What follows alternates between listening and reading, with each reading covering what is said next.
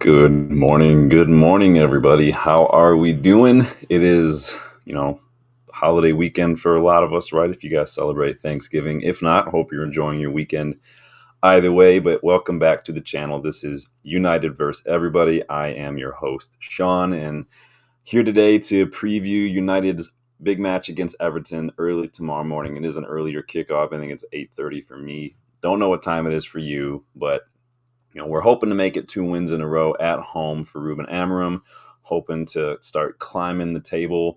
Bournemouth aren't doing us any favors today. Last time I checked, they were beating Wolves 3-1. Wolves kind of capitulated. Bournemouth, I'm not ever too worried about Bournemouth. Bournemouth, I think, need to be worried about losing their manager. I think that he might be poached by another club in the summer, but we'll see. But that beside the point. We're here today. Kick off the holiday season. It's that time of year between Christmas and Thanksgiving where everybody starts ramping up. My wife and I put up the tree and everything last night and did all that stuff. So right there with you. I get teased a lot this time of year because I don't really like Christmas music, and it's all you hear now. Let me specify. It's not that I don't like Christmas music. They're just, here's my thing about Christmas music before you start going in on me and call me a Scrooge. My thing with Christmas music is this. There's like 8 or 9 Christmas songs, but there's like 80 or 90 versions of each Christmas song. So it's not like you're listening to different songs throughout the day. It's the same shit all day. So that's it. I have like specific versions of specific Christmas songs that I prefer, but it is what it is. You want to know what really killed it for me, if you'll indulge me for a second. So I used to work at Bass Pro Shops. If you guys aren't familiar with Bass Pro Shops, it's like an outdoor store. I used to work in the fishing department. But Bass Pro Shops year-round would play country music on the radio all throughout the store. So whatever, it is what it is. If country music is not your thing, that's fine. But this time of year, it was country versions of Christmas songs all day, every day for a month straight. And I think after that, I just lost my thing. So it is what it is. Danny B, big up. How are you doing this morning, my friend? Slash the Snake Pit. Welcome back, bud. How are you? Danny says, same pal, drive me nuts. Just bad time of year for me too. Yeah, it's the Christmas music can grate on you, but I get it. It is what it is. Slash Stone Love. Dylan jumping in the chat. How are you, my guy? Hope things are not too cold and snowy up north. Dylan is far up north right now. But big up everybody for getting the chat. If you're just joining me, we're here to preview the Everton match tomorrow. I just went on a little bit of a rant about Christmas music, but we are here today. We're going to talk team news. We're going to talk tactics. Did we learn anything from Thursday's match? What kind of things we're going to look at. We're going to look at Ruben Amorim's comments ahead of this match. I'm going to need your help picking a starting 11 because honestly, I could go so many different ways with the starting 11 based on fitness, based on form, based on just Ruben Amorim being new and wanting to rotate. It could go one of like 87 different ways, kind of like the Christmas songs. But hit that like button for me. Subscribe if you are new. We're going to start today with a little bit of news before we really dive in because there's a lot going on right now. First and foremost, congratulations to Alejandro Garnacho. His overhead goal against Everton last season has been officially nominated for the Puskas Award. So big up Alejandro. Hopefully he'll win that. I looked at some of the other goals. There weren't too many that I thought were those get you out of your seat goals, but there were some decent goals in there. But big up Alejandro Garnacho for that one. Congrats to the under 21s. They did beat West Ham with a stoppage time goal from Ethan Ennis yesterday. Ennis has been unstoppable this season. Remember last week I did a video because he was on fire last week. I really feel like he and Montato could get some minutes with the first team before the end of the season. Not like starting matches, but I think they could get some time in those wide positions. I'd really like to see if that could work before we go spend a bunch of money on a 17-year-old from Sporting personally. Not saying Kunda is bad. I'm just saying let's look at who we have first. What was cool to see is the U21s. I watched the highlights and read a little bit afterwards because it wasn't televised on MUTV or anything. But they did use Amorim's kind of system in the first half, and then to get players back fit, like Dan Gore's back fit and stuff, they kind of switched it back up in the second half. So it was cool to see that we're kind of trying to trickle down the system from the first team down to the academy and trying to get everybody on the same page. Top clubs who really work with their academy do this. Ajax do this. Ajax have been doing this. They go down to like the 5-year-old level and they start playing that way. So it's cool to see. So big up the under 21s. And then sticking with the academy, big up our under 18s. They played Stokes under 18s this morning. I did watch that one. It was on MUTV. I know I mentioned the other day I might do like a watch along for that, but I didn't realize at the time that it was a 6 a.m. kickoff. So sorry, guys, not doing a watch along at 6 a.m. Obi Martin started, Lucille started, Kukonki actually played like a left back role. Tyler Fletcher, Thwaites, Scanlon, Obi Martin, these guys all started. Reese Monroe, very, very good this season. I thought Lucelle looked really good. Bauman, I really, really like the look of Bauman. He's almost really too good for this level. Very good on the ball, very press resistant midfield. Our academy is stacked right now. But I thought Obi Martin's finishing was a bit off, missed a few chances that he could have put away, but he did really well to hold on to the ball with a long ball over the top, fight off the defender until he was brought down and won a penalty, which he put away. So very good. Scanlon scored a goal. Musa had a chance to make it 2, but he kind of went for a weak chip on a one-on-one, and it was blocked. Kukonki pretty much made Scanlon's goal, though. He was in our half. He fought for the ball, carried it all the way up. Again, he was playing in that wide left-back position, and he created that opportunity, really. And then Montanto had a chance to make it 3 for us, but the keeper saved, but the keeper parried it right back out to the edge of the box, and Plunkett, who really had a good game, slotted that one home. I thought Plunkett was probably man of the match personally, but it's frustrating to watch that match, though, because the camera was like at pitch level, like someone was sitting there with their phone instead of like a little higher up. Like invest in a VO camera or something, it doesn't cost that much. So let me know what you guys think if you guys got a chance to watch that this morning. Danny already jumping in. Garnacho needs a rest. Don't think he starts. We're going to get there. Dylan agrees with you. He has been playing a lot. He really has. The question is where does he play, right? Wide, inside. I agree he needs to be rested. It's just a matter of personnel. Thankfully, we're getting people coming back. As Dylan says, rotating is going to be key. Blood the youngsters in the cup. I mean, who we have next in the cup? I can't remember off the top of my head. Academy is stacked, dude. The academy is so stacked right now. And Danny says, I forgot about Plunkett. Plunkett had a very good game playing in that like right back position. He was really good on the ball, getting involved high up the pitch, and obviously he was in the right spot at the right time to put that third goal away to really solidify the result. But big up the academy. They're doing well. Let's hope the first team can follow suit tomorrow. Dylan says we've got Tottenham. That's right. The League Cup, I would be more prone to trying a youngster or two in the League Cup than in the FA Cup. So on to some other news, transfer news, speaking of 17-year-olds. So there have been reports that United have met with Jorge Mendes, who, of course, represents many top players who pretty much stocked Wolves full of Portuguese players a few years ago. He's also the agent of Giovanni Kunda. I'm still on the fence here, you guys. I just said, we have a lot of youngsters. It's not that I don't rate Kunda. I think he's very good. It's just, but like I said, we have so many youngsters who can play that position that I would rather see if any of them are ready than some of them are older than Quenda. Like, I'd rather see if any of them are ready than to go and spend that much money on a 17-year-old. That's just me personally, though. You let me know what you think. On to some other transfer news. So Sky Sports Germany reports that we've made inquiries for PSV Eindhoven attacking midfielder Malik Tillman. And there's even been talks of maybe a January move. I absolutely love Tillman. I know I've mentioned him once or twice on the channel in the past. I sign him quite frequently when I play career mode. The kid is a beast. U.S. international, I believe. So I know he's U.S. international. I can't remember how many matches he played for the U.S., but very, very good. He's having an amazing season. He had a couple goals last match he played as well. He's very good in the Champions League a couple weeks back. His numbers are superb. Top percentile when it comes to tackles, interceptions, and for an attacking midfielder, that's really, really awesome. His passing, his shot creation, his dribbling, all of those are great numbers. He's a really, really, really good attacking midfielder. I think he could play really, really well in one of those roles behind a striker for us.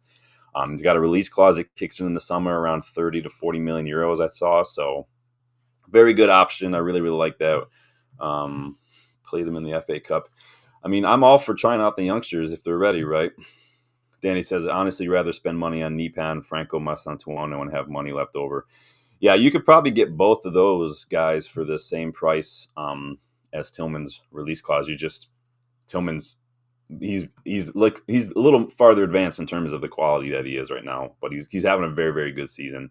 These young number 10s and these like attackers tend to have good good performances at PSV. Like Xavi Simons was doing the same thing when he was there. So kind of like Rodgers at Villa, very similar styles. Yeah, I really like the look a lot. There's a lot of really good young players. Musiala is going to be free soon. Florian Wirtz obviously is getting looked at by a lot of clubs. There's a lot of good number 10s out there right now.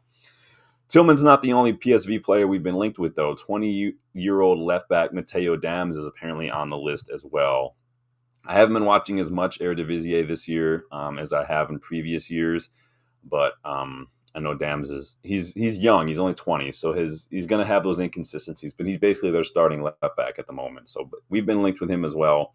So 40, 45 for two players, arguably higher ceiling than Quenda. Yeah, and that's what I was saying. Like, Dylan, you and I are kind of on the same page, and I'm not saying it's better or worse, but a lot of fans don't always necessarily put the cost of that kind of stuff into it.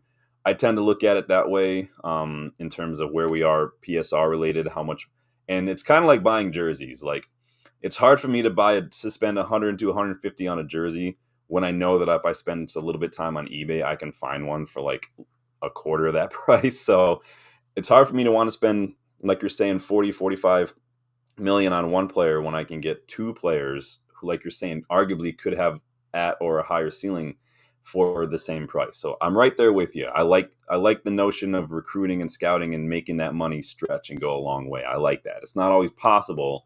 And sometimes I do agree that it is, if a class player is available, you get them. But I think that it's not up to me. So Danny says Nipan can play wingback role easy. Has he played in wide positions very frequently? I don't know. In other news, Leicester City have officially confirmed Ruud van Nistelrooy as their new manager. Ruud was the architect of Leicester's demise on a couple occasions as our interim manager at United. So we're going to see him in Leicester one more time later this season. We will travel to the KP Stadium later on in the spring. So while we can wish him all the best, we are hoping that you shit the bed when we come to visit. And lastly but not least, Laurie Whitwell is reporting that United have begun talks with Amad Diallo in terms of a new contract. He adds that United's aim is to keep Amad here for the long term, so we're trying to tie him down to a new contract. So it's about freaking time. I think that Amad has shown that he's probably our best attacker right now. He's shown a versatility and a willingness to take on a different role now that Amorim is here. It's a crime that he wasn't played more, but it is what it is. We love him for his involvement in that goal against Liverpool. It's a bullshit. You guys, I voted it as my pick for the worst refereeing decision, and he got sent off for that when he took his shirt off. But he's been one of our best players, so need to re-sign Amad. He's class. Yeah, Amad, easily our best attacker right now. So I'm all for it.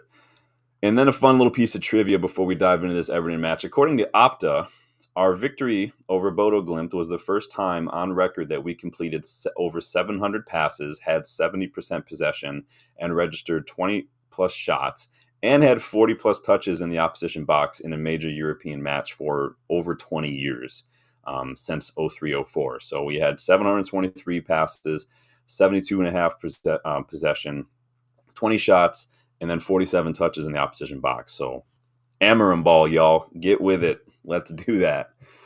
Danny B on Nipan, played wide occasionally, but has great work rate, dribbling ability. Definitely play wing back in Amorim system. Nice. I think that under this Amorim system, with the way we might be rotating and stuff, I think that players who have a little bit of versatility are really gonna thrive. I think, like Amad, he can play behind the striker if we needed to. He can play in that wide role if we needed to. Remember that wide, we call it a wing back because it's just a way to distinguish it, but it's really it's a midfielder role. It's an old school midfield role. It's basically what it is. It's up and down the pitch. It's getting involved centrally in the box when necessary. It's tracking back a little bit when necessary. You got to have the energy and the stamina. You got to have skill on the ball, maybe some speed. And so I think that we're going to see a little different profile. And that's why, and I was texting Dylan earlier, I feel like players like Rashford and even Dallo are starting to become the odd man out because they don't really fit into a position in this system. Dallo probably fits a little bit more as a fullback, but it's just his quality. He's not really good enough with the final ball to make a really good attacker, and he hasn't been good enough defensively to help out in that. And so it's kind of like, where are you going to play Dallo? And Rashford, we know, just doesn't have the work rate to play that wide role. I don't think he has the. Rashford needs pace and space, and I don't think he can play in that role behind the striker. There's a chance he could play as a 9, but I don't. As Amorim already said, he's not. That's not his position. So. Danny B, strong in the ball like Ahmad, good upper body strength. Nipan, yeah. We did that video on Nipan a while back. I really like the look of him. He reminds me a lot of Odegaard. Really pressure resistant, really good on the ball. I like the look of him a lot. He's a really good young player. So let's dive into this match. Get your thoughts in on some of the news and everything, but we're going to move forward here a little bit. So United are on a semi-decent run of form right now in our last 5 matches. We've got 2 draws and 3 wins, which it doesn't sound like much, but comparatively speaking to what we were used to start the season, it's like streets ahead, right? After picking up consecutive wins in European competition for the first time in a while, Amorim will be pushing hard to keep this momentum going with consecutive wins at home. Just like the Europa League, we were 12th when I made the notes for this. I don't know where we are now because Bournemouth are on a freaking tear today. We dropped down to like 13th or something. Let me see.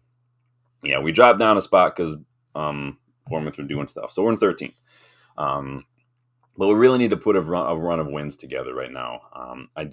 We've been struggling in the league. We really need to start putting some points on the table. 3 points and a few goals and a couple of these other results going our way this weekend could see us jump a couple spaces so that we can't take our foot off the gas right now. I think it's going to be about rotation. And it's going to be about effort from some of these players. We've seen them kind of let their foot off the gas a little bit too much.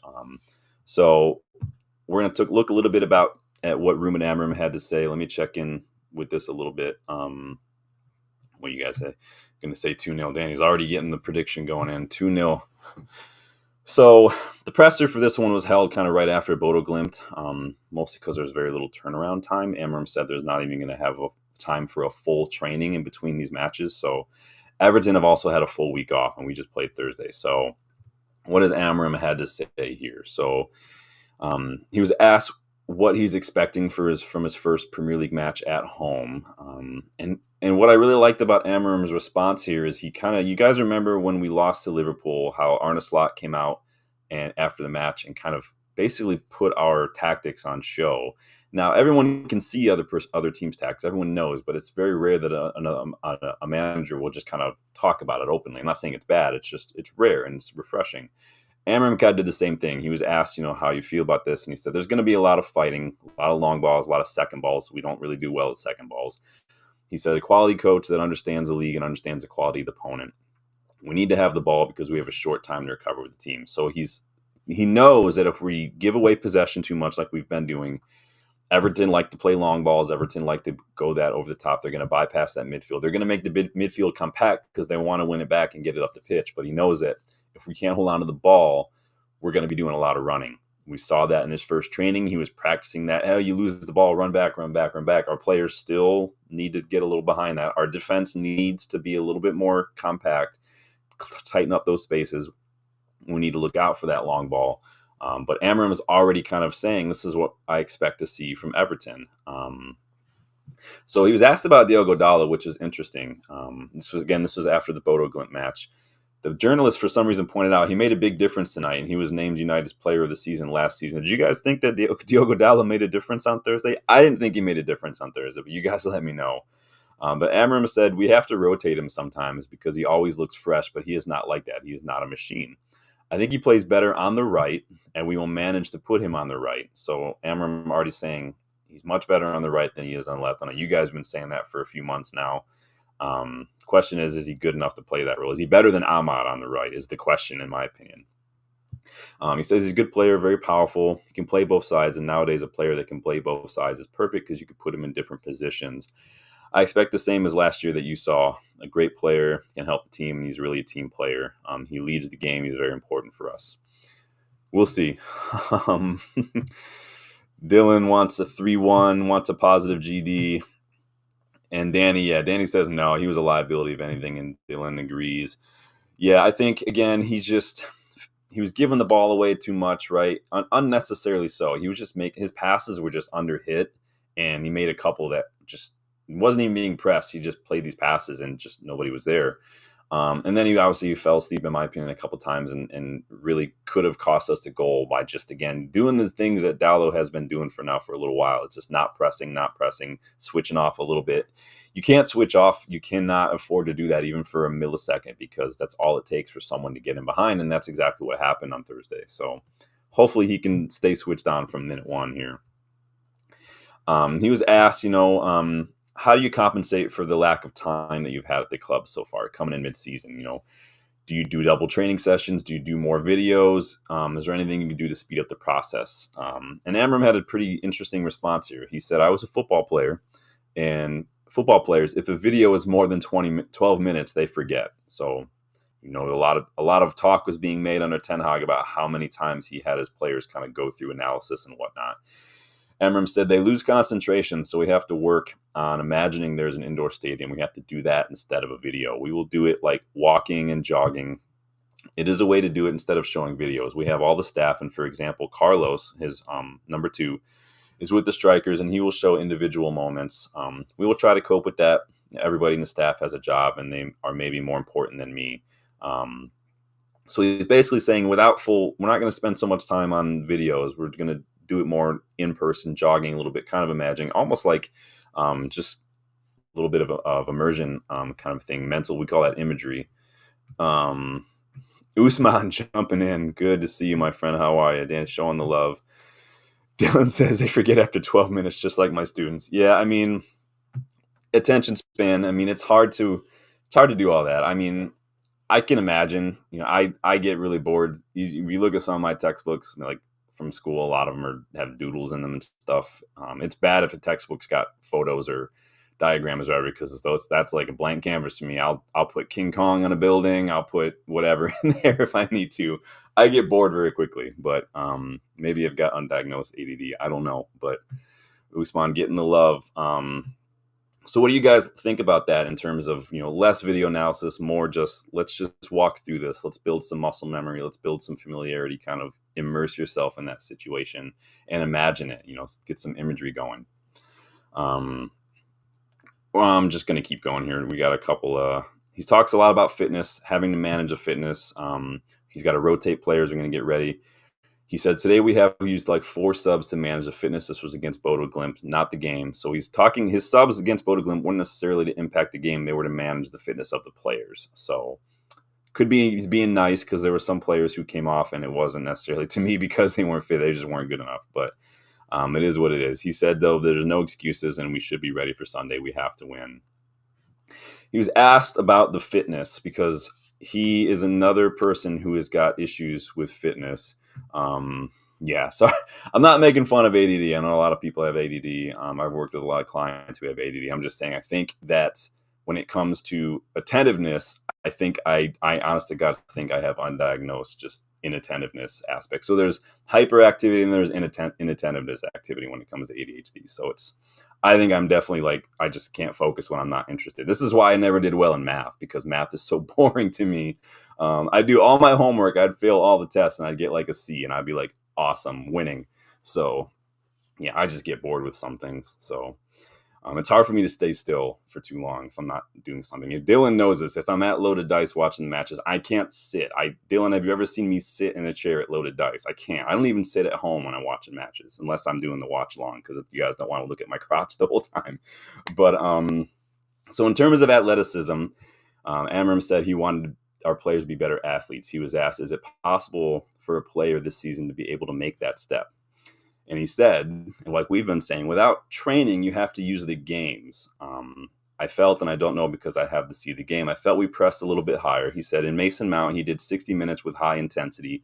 Rasmus Hojlund was dead in the end. The guys that are playing have to push more. Push the guys to the limit, and the other guys have to train tomorrow. Luke Shaw did some minutes, and then he's going to train now because there are 3 days away from some things we cannot do.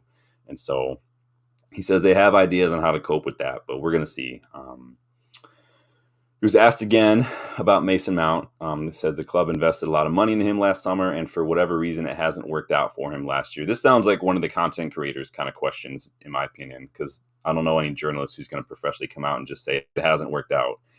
He was asked, have you seen enough promise from him in the last couple of weeks? And he said, he's working really hard, and you have to understand he is human also. He wants this really bad, and it is the most important thing. He proved to all of you that he is a talented player. He was a European champion, and we believe in a lot of them. But he said he has to stay fit, like all the guys in the team. They are quality players, but they have to improve and believe in themselves.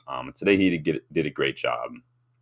What are your guys' thoughts on Mount? I know we spoke a little bit about it in the watch along, and I spoke a little bit about it yesterday against Bodo Glimt, because I thought in the first half, I did not think that he had a great first half. I forgot he was playing in the first half, but it seems like Amorim maybe said something to him at halftime. Maybe he said, hey, you're going to get another 15, 20 minutes, and then we're going to make a sub. And maybe that was enough to kind of light a fire under his ass, because he came out in that second half a completely different player, like I said. So I've seen a lot of people saying he had a good match and stuff. I think he had a good 15 minutes in the second half, but maybe that's just me, being harsh. I don't know. I just call it like I see it in that regard. And I know, I feel like I'm at the opposite, and maybe you guys can help me out, because I said the opposite about Anthony. I thought Anthony had a good first half, and then he started to fade because he was getting involved in so much. But maybe I'm just taking crazy pills. I don't know. Danny agrees on just being distracted. It says on Mount, we need to see him play 3 or 4 games consistently. He needs to show more. Yeah, if Mount, and I was telling this to Dylan earlier this morning, if Mount can play consistently like he played to start the my hair is doing it crazy. I just got out of the shower not that long ago. Sorry. If Mount can play consistently for 70 minutes like he played for 15 minutes in the second half on Thursday, he could be a really good player for us. And if he can stay fit, even better. It's just there's the same with Luke Shaw. It's just about the ifs. Can he stay fit? Bando Mac, welcome to the channel, my friend. Yes, needs match practice after being out for so long, but looking forward to seeing him play. I'm looking forward to seeing him play. I just need him to stay fit, and he can't. If he has a first half like he did on a Thursday, and that's his norm, then that's not going to do it. He can play. We saw it in spurts. He needs to be consistent, and that's what you do at United. You can't just be one of these players who's one of the worst bugaboos I have with football is the phrase "on his day." Can't stand it. If you have to have that little caveat when someone's talking about you, you're not a class footballer, in my opinion. You should never have to say that. On his day, he's unplayable. Well, how many times is that going to happen? How long in a match is that? No, 15 minutes is not good enough. I need to see it every time. Danny showing the love. Sanjay, welcome to the channel, my friend. How are you? He says hello. And Danny showing the love to the newcomers. Appreciate that, Danny. So he was asked, you use wingbacks a lot during your career, which is something United fans aren't traditionally used to seeing. Again, I think we are. I just think we don't call them wingbacks. We're used to seeing them as midfielders, but for the argument's sake, we'll keep going here. He was asked, can you help explain what you necessarily want from your players in those wide positions and how it might be different to what we're used to seeing? So he says, today, if I asked you guys what system I use, you saw more 4-4-2 in defending, I think. You agree. But then we put 2 wide players like the other 20 teams in the league. You have to change the characteristics. Dallo and Malacia are more defenders because they defend in the back 4. And today, Ahmad and Anthony, they acted like wingers and they stay open. Yeah, if you remember, Anthony and Malacia were holding the width. We were kind of playing it back a little bit to invite Bodo Glimt to press, and then we were trying to run those switch of plays. That's why Bruno was played in that deeper role, and that's what we want to see more from our defenders too. That's why it's important to have defenders who can play the ball. But he said, what I want is good one-on-one to open the field, to play, to close the field when we lose the ball. And it is the same in every team. Structure is more fluid than you guys think with the 3 defenders. Today, we finished without any center back. So it was Casemiro, Mazraoui, and Shaw. And he says, I think it's more the characteristics of the players and not the real positions of the players. Somewhere Robbie Savage is freaking fuming because I don't know how that guy has a freaking job as a pundit, because this dude is... The dude, I'm telling you right now, Robbie Savage is still fucking butthurt that his son got moved on, because he could not wait to go in on Amorim again, like Amorim's saying, like you saw it was kind of 4-4-2 at times when we're defending. Robbie Savage is already out here talking about how easily Amorim has abandoned his principles. Like, fuck off, man. Seriously. You're the worst. Like, your son's not here anymore. Get over it. Fucking hell. So, you guys let me know what jumped out at you in there. You talking about fitness again. He already spoke early, and some of our recruitment staff, I think, have made mention of this. When they're looking at these players, it is going to be more about the mentality, more about the personality, more about the attitude aspect of their profile, not necessarily typecasting them in a position. So I like that a lot. Good morning, Composed View. Good to see you again, my friend. How are you? Bandomax. Savage was awful. Savage, it's again, we said it when he was appointed. It's not going to take long for the media to go in on him just because it's United. That's just the way it is. I guarantee you, for as much ass kissing the press did with Jurgen Klopp for the 9 years he was at Liverpool, had he joined United when we approached him, it would have been complete opposite. They would have gone in on him knives out from day one. You can't fight it. You just have to expect it. Danny sees Robbie not the brightest bulb in the closet. Yeah, he's definitely a couple of French fries short of a Happy Meal sometimes, isn't he? Showing the love again. So on to Everton. So what can we expect to see? As expected, Everton are struggling. They barely made it out of relegation form the last couple seasons. They were hit with some fines. They're struggling. Now they're playing Sean Dyche football, so we can kind of know what to expect. I mean, I'm not trying to be disrespectful. It's just the facts, right? They're 15th right now. They've only got 11 points and only 2 wins so far this season in the league. 1 win, 3 draws, and a loss in their last 5 matches. Their last win was against newly promoted Ipswich, and that was over a month ago. That was almost a month and a half ago, actually. They are struggling to score goals. They've only scored twice in their last 5 matches, and they've not scored at all in their last 3 matches. So it's been 3 matches since they've registered a goal. They're actually only one of 3 teams who have scored fewer goals than us, if you can believe it. So that being said, though, they've also only conceded 4 in their last 4 matches, and they've not conceded any in their last 2. So their last 2 matches were ended in 0-0 draws. So and if you notice the correlation there, Branthwaite has come back into the side. So he and Tarkowski have kind of made this wall in Everton's defense. Bandomax says, I like that Amorim was confident enough and not scared what people would think to finish the game with no center backs. I was a little worried when I saw Casemiro back there, mostly because I'm not comfortable seeing Casemiro pretty much in our own half anymore. I think he's a liability. I think he's much better getting involved higher up the pitch. But I get it. Mazraoui's played a lot of football, so it is what it is. We're in that place right now. Composed View hitting you back with the love, Danny. So in terms of what we can expect, I don't really feel like I need to go into too much detail regarding Everton's tactics. I mean, do I? They typically play the 4-2-3-1. Idrissa Gueye, Doucouré, or either Mangala are probably going to make up that midfield pivot. They're going to bring some power, some energy there. They're going to be very good protecting that area. They really make the midfield difficult to break through. Everton like to compact the midfield, force you wide, and then they like to hit you on the break if they can. They play a lot of long balls, like I said. So we've got to be switched on. We got to be alive to that. We have to really make sure we are not too spread out in defense like we were at the first half against Bodo Glimt. I thought our defense was a little too easy to get through. That being said, Everton don't have players that worry me. They have players who are in their team good, but they don't have players that worry me. I'm not worried about Calvert-Lewin. I'm not worried about Beto at all. Dwight McNeil can cause you problems. Ndiaye can cause you problems. I would say McNeil is probably their danger man, but again, I'm not too worried. Doucouré can pop up every now and then with a late run in the box to do something, and he's actually pretty decent on the ball. But if you remember my preview for the Leicester match, it's going to be similar. So if you remember in that preview, I said one of Leicester's biggest problems was Steve Cooper, and obviously he got sacked not that long ago. Everton's issue is Sean Dyche. The guy is Jose Mourinho light in that he is so focused on not losing a match that he's like he doesn't even want to win almost. He just doesn't want to lose. He has no intent to try to attack, to try to be a little courageous and try to score some goal. The guy is always in just relegation avoidant form. And that's just why the guy is constantly bouncing around. He needs to, it is what it is, but this is what Everton's biggest issue is.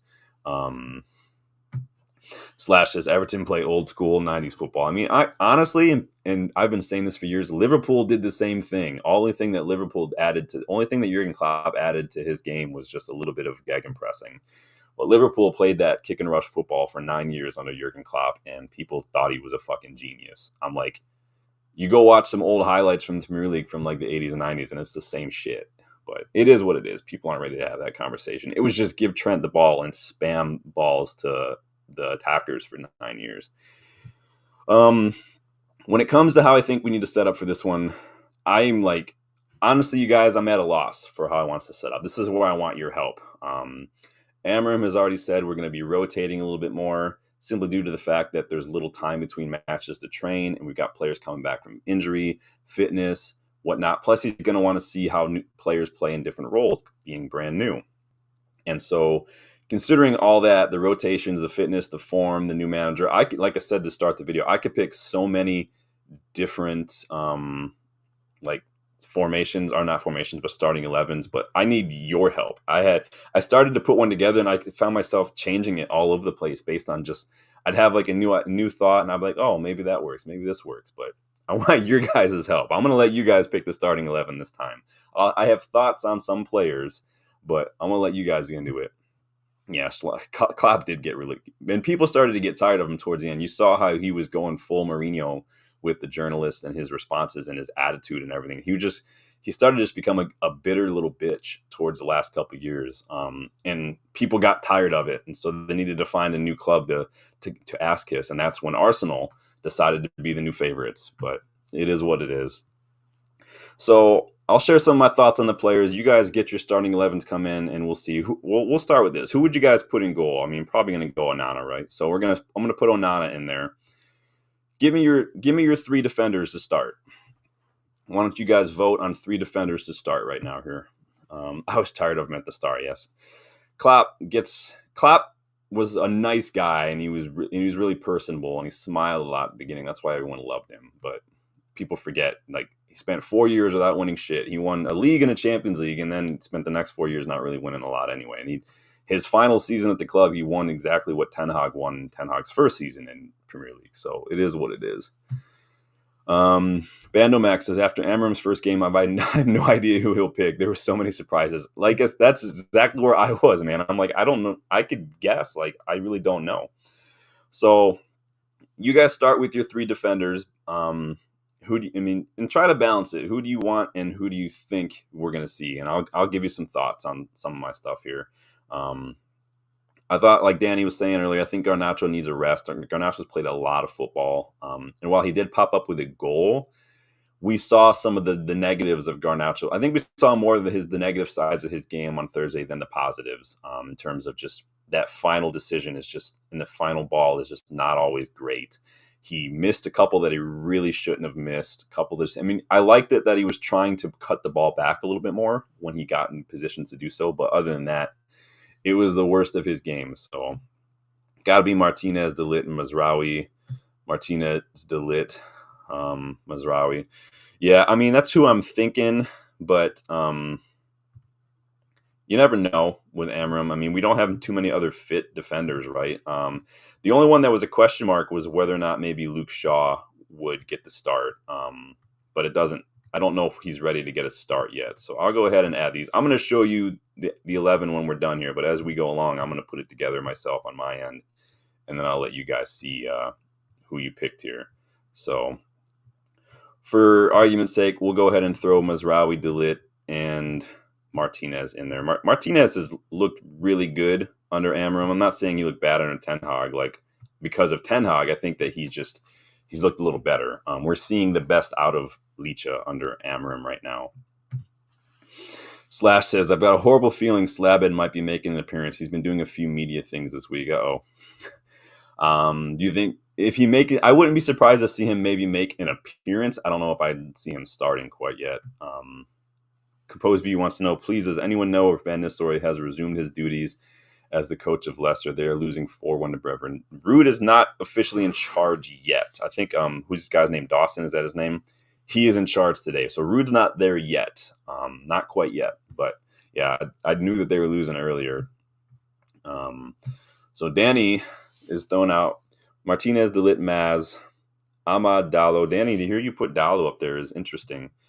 So you want Ahmad in the that wide position on the right, I assume, Danny, if I'm guessing correctly. And that's where I did have him initially. So we were kind of on the same page there. Danny wants Ugarte, Bruno. See, the midfield and the left wingback role are kind of where I keep going back and forth because of the way Everton play.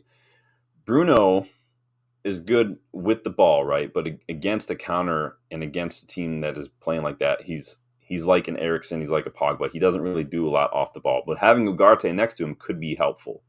And so I do want Ugarte, though. I do think that we need the speed that he offers compared to Eriksen, compared to Casemiro, to deal with some of those balls through the middle. I think that he can go ahead and clean up, even if he's got to take a foul. I don't mind, personally. Yeah, no other choice really. Slash says pretty much Dallo or Malassi on the left, and Malassi looked well short of match fitness. Yeah. And Bando, that's kind of where I was too. I'm still kind of confused on if Kobe's ready to come back yet or not. But Bruno is gonna start. He's the captain. He's probably one of our best players. He's gonna start. It's just a question of where. But I think again, Amorim has seemed like he's kind of made up his mind on what Bruno's best position is, and it seems like in Amorim's eyes, it's an 8, able to dictate play a little bit, able to move that ball forward, able to play those long balls. So. I'm going to go ahead and throw Dallo on the left. We'll see if that ends up being the case, simply because of the fact that Amorim has said, he can play both sides, but he's better on the right than the left. But I think that if I had to choose who to put on the right now, it's going to be Ahmad, because Ahmad's just better. So, Danny, I'm going back to your comment a little bit here a couple times. So Mount, Rashford. See, Danny, you're starting all these people that I'm surprised to see you start. Because Rashford, again, I don't know if he's got a place in this side unless he completely changes aspects to his game. You want to put Hojlund.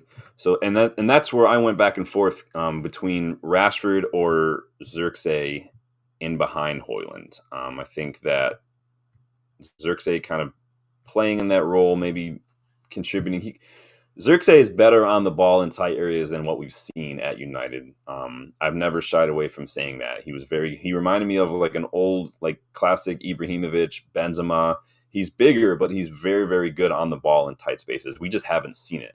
And so I went back and forth for a moment on whether or not to maybe put him in one of those spots behind the striker. That was one of the other spots that was very difficult for me to make a decision either way at the moment. But that's why I'm letting you guys help me today, because I got nothing. No other choice. Maybe play Xerxes. Xerxes would be worth a try. Yeah, I think Rashford, to me, is the one who's got to prove it.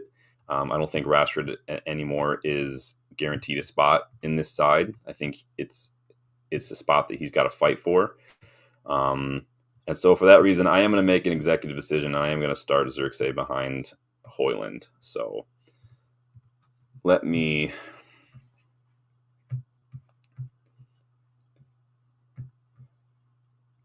just going to make this big so you guys can see it here. All right. So we're all kind of pretty much in agreement that you get a lot more time on the ball in Italy, though. I mean, I did see him. He played a little bit at Bayern when he was there. Obviously, he was still a youngster, but I think that to me, it's not. And it's the same with what I've said about Xerxes at United. And I'm not saying you're wrong, but to me, it's about what you do when you're on the ball, and whether or not he has time or not. The things that he was doing on the ball at Bologna, the close control, the way he's able to beat a man, work in those tight spaces. Whether he had 5 seconds or 5 minutes, he's still doing it, and he can still do it. Like, I've seen him do it, but I don't know. I think for Xerxes, it's all about maybe being overwhelmed. So Rashford can't start. Yeah, Rashford Rashford is one of those things where I could see Rashford coming on if, let's say, we get up by a couple goals and Everton have to start maybe pushing up a little higher. They can't sit as compact. They're leaving a little bit more space in behind, kind of like what we tried to force Bodo Glimt to do. I think that could be a spot for Rashford and Garnacho when they've got that space to exploit. I think that could be an opportunity for Rashford. Danny says Garnacho. Yeah, Garnacho definitely needs a rest, for sure. Bando would be happy with that lineup. True. Yeah, Rashford doesn't deserve a start. Yeah, Rashford's got a point. He's got to prove that he needs to start. So this is the lineup that, with your help, we have gone ahead with for tomorrow's match. So as you can see, we've got Onana in goal, Mazraoui, De Ligt, Licha. I'm probably our best center back right now until Euro. But the question is, when Euro comes back, does he start? Does he just rotate? Maybe Mazraoui gets put on that left wingback role. Mazraoui can do both, honestly. It's just a matter of what you think he's going to be better at. His assist, and not only his assist for Hojlund's goal, but the way he held onto that ball with that elastico to create space for himself. That cross was inch perfect. And Hojlund's goal was a thing of beauty, the way he took that. So maybe are we missing a trick, not playing Maz a little higher up in that wide role? Do you see him maybe taking over on that left-hand side eventually, and Euro can come in and kind of be a starter on the right? We will see. Bando says, yeah, he has to prove he's willing to work. And that's the thing. It's all mental for Rashford right now. He's got to be willing to put in the work and adjust his game or put a little bit more effort in. Otherwise, he's gone. Slash says, I think Xerxes will come good. He just needs to adapt to the pace. Yeah, and I think he can. I'm willing to give Xerxes time. All I've ever criticized so far from what I've seen from Xerxes is what he's done on the ball in the moments, whether it's missing sitters, putting shots wide, or misplaying passes or miscontrolling passes when he's receiving them. Again, we know he's probably going to need some time. He's new to the league. He's a different style of striker than what we're used to. I get that. I can only criticize what I've seen with what he's done. And what he's done has not been good enough in those moments. Danny Greasy Slash has got to be good. He doesn't start clicking. Yeah, he needs to start clicking because we need to have other options. Because whether people want to say he's a striker or not, he is a striker. He's just a different style of striker. He's a striker. He's a center forward in the way that Bobby Firmino is a center forward. Benzema is he's dropping deeper. Harry Kane in the last couple of years has been dropping a little deeper, getting a little bit more involved in the link-up play. He has that in him. He has the ability on the ball. He's not like Slash says, he's not going to get as much time as he will in Italy. But if he just if he thinks a little quicker and moves a little quicker and takes what he can already do and just up his speed a little bit in this league, he can be a great player for us. He's got to get up there. And we're running out of time for him. He can't take a whole season to do this. And I know some people will be like, oh, you always need a season. I don't think you need that long to adjust. I really don't. I think that with good coaching and with a little bit of effort and sacrifice from the players and just challenging themselves, it doesn't take a season to adapt to a new league. I think the English media likes to push that because they want to continue to make it seem like the Premier League is the greatest league since sliced bread. And while I love watching the Premier League and I love the fact that any team can win on any weekend, the quality is not, the player quality is not as good as you're going to get in other leagues. But it is what it is. Slash says, Hojlund was the same when he was struggling at the start, too eager to impress, rushing the basics a little. Hojlund was not fit. And again, I come back, Hojlund was, we're buying Xerxes when he was already 3 years older than Hojlund was when we bought Hojlund. And again, it's going to sound like I'm arguing. I'm not. I'm just trying to add some context the way I look at it. Hojlund wasn't meant to be our starting striker. And Hojlund, like any other striker at United, is not getting service. He was our top scorer last year, Hojlund. And his shot conversion was on point. He's showing that if you just give him the ball, he's going to score. Problem is with our attackers, namely Rashford, Bruno, and Garnacho, are not used to having to create for somebody like that. Other than Bruno. Bruno's better. But Bruno does have that instinct. I just want to take shots sometimes. So we have to get everybody singing from the same hymnal, and people have to get used to having a striker. Otherwise, it's going to continue to struggle. But you guys decide what you think about that starting 11. I am going to take it down for now and go back to the big screen here. Hojlund had Rashford not giving him. Well, yeah, and it is what it is. You can always, when striker, you can only score if you get chances. But it's a pretty decent 11 that you guys helped me pick. So, what are your thoughts on that one?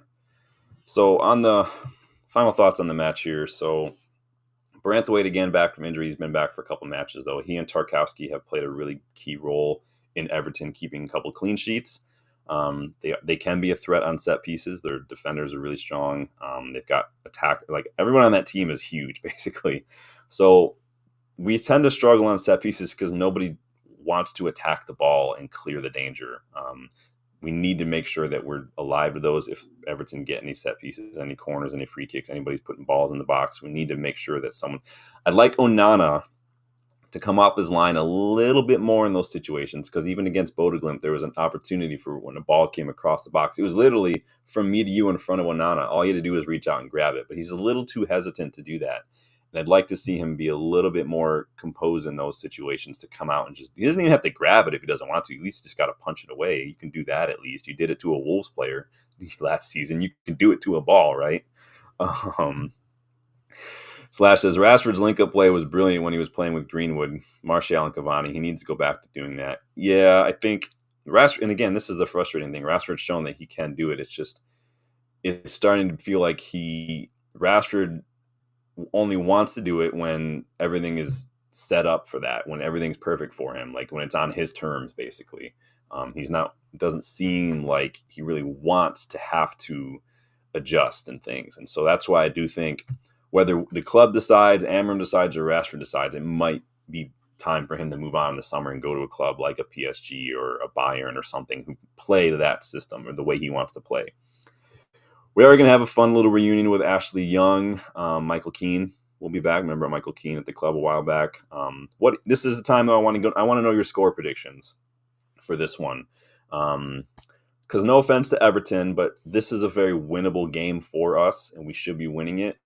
You guys know I do the Super Brew competition. It's just a free score predictor. I don't do fantasy because I can't handle the dissonance, but I do the score prediction. So I predicted 4-1 United in my Super Brew predictions this week.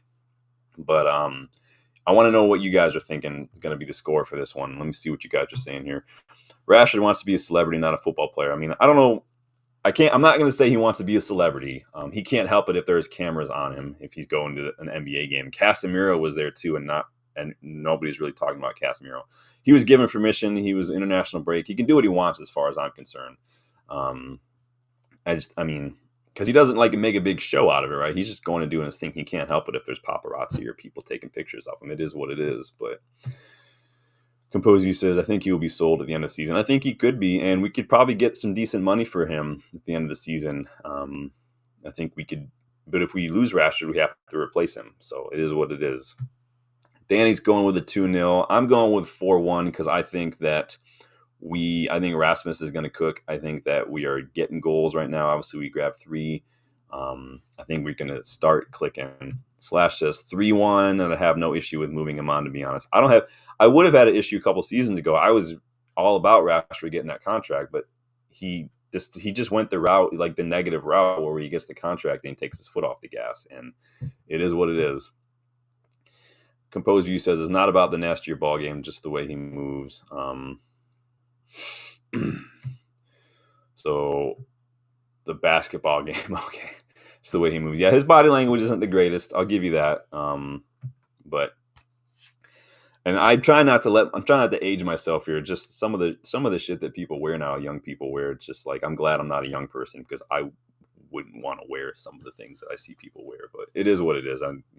Everybody's got their preferences. So Danny B says, don't think anyone buying him will be lucky to get 40 million for him. I mean, we know PSG like Rashford. If Rashford comes on and maybe gets double digits something, he can and wants to go, he can go. He might not get as much for him as we would, but anything we get for Rashford is going to be profit at this point. PSG are one of the only clubs who can afford his wages, unless he goes to the Saudi league or he wants to take a pay cut. Maybe he'll go to Chelsea. Chelsea have no problem buying players off us, but Chelsea buy anyone, Danny. Cowboy Tom will throw. Okay, I was just saying, maybe Chelsea would go in for. Maybe you can go hang out with Sancho. But I predicted 4-1. Danny's saying 2-1. Slash says 3-1. Sounds like everybody's predicting a win. We'll be back Monday to kind of do a match reaction, and obviously I'll give my 3 thoughts. And then we've got more matches. They're coming thick and fast right now, so we're going to see a lot of each other. And don't forget to like and subscribe to the channel. We do have the giveaway coming at 2K subscribers. We're very close. This is the giveaway for the 2K mark. This is a 21-22 home shirt. It is a large, but we'll be doing the giveaway for that when the time comes. So keep liking the videos, keep subscribing, keep sharing the videos with your friends, your family, your neighbor, your mailman, whoever, the cashier at the store.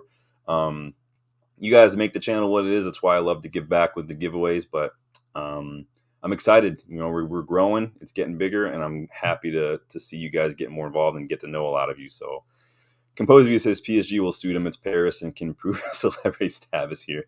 He can. I think that, I see him maybe, they have a big Mbappe-sized hole, and I think that Rashford comes in and suits that system. The question is what's going to happen with the manager, because I don't know if Luis Enrique is going to be there much longer personally. And Danny agrees with you, Compose View. Is enhancing celebrity status. Yeah, I can see Rashford going to PSG for sure. Again, not just because they're one of the only clubs who can afford it, but I think that the system they play, the whole vibe of that city and everything, I think that he could do well there for himself. And I think that could be the move. And I think many fans are kind of on board with the idea of maybe it's time for Rashford to move on. So it is what it is. But thank you guys for stopping by today. As always, I appreciate the time. We got an early kickoff tomorrow, so hopefully we'll be talking about 3 points in the bag against Everton. It is a little bit old school versus new school, but we should be winning it. So thank you guys. Take it easy. Enjoy the rest of your Saturday. Stay warm out there. Stay safe if you're driving. I don't know what it's like where you are, but where I am, we got a lot of snow yesterday. The roads are icy, so it is what it is. But until next time, take it easy. Cheers, Danny. As always, good to see everybody, and I will talk to you later. Bye.